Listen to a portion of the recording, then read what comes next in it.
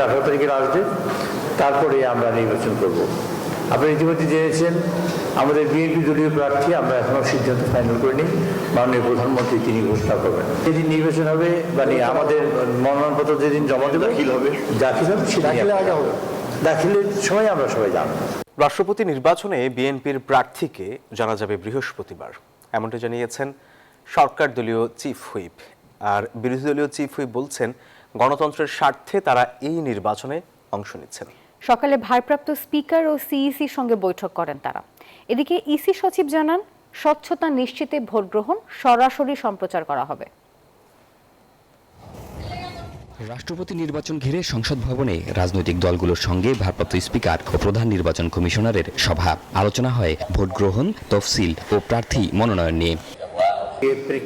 বৈঠক শেষে সাংবাদিকদের মুখোমুখি হন সরকার দলীয় চিফ হুইপ। জানান, সরকারি দলের প্রার্থী কে হচ্ছেন জানা যাবে বৃহস্পতিবার। Spanish digital print tiles, ATI tiles, এক টাইলসে জীবন পার। 18 তারিখের আসবে, তারপরে আমরা নির্বাচন করব। আপনারা ইতিমধ্যে জেনেছেন আমাদের বিএনপি দলীয় প্রার্থী আমরা এখনো সিদ্ধান্ত ফাইনাল করিনি।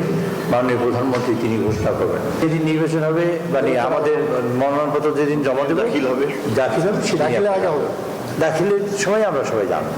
বিরোধী দলীয় চিফ হুইপ বলেন, গণতন্ত্রের স্বার্থে ভোটে অংশ নিচ্ছেন তারা। নির্বাচন হচ্ছে, আমরা এটা বিনা কন্টেস্টে এই জন্য দিতে চাই না।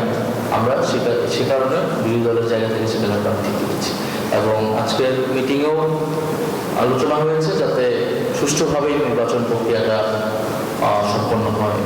এদিকে নির্বাচন ভবনে ভোটের প্রক্রিয়ার বিস্তারিত তুলে ধরেন ইসি সচিব। লাইভ টেলিকাস্ট ওখান থেকে করা হবে এবং আপনাদের সংবাদকর্মীদের বোধহয় বসার ব্যবস্থা রাখা হবে। প্রাথমিক ফলাফলটা ওখানে ঘোষণা করা হবে, গেজেটটা করা হবে অফিসে এসে, কেন এখান থেকে গেজেট করার তো ওখানে সুযোগ নাই। ইসি সচিব জানান, নির্বাচনে ভোট দেবেন 349 এমপি। সংসদ কক্ষে ভোট নেওয়া হবে 20 আগস্ট দুপুর 2টা থেকে বিকেল 5টা পর্যন্ত। শিহাব জাহিদ, নিউজ 24, ঢাকা।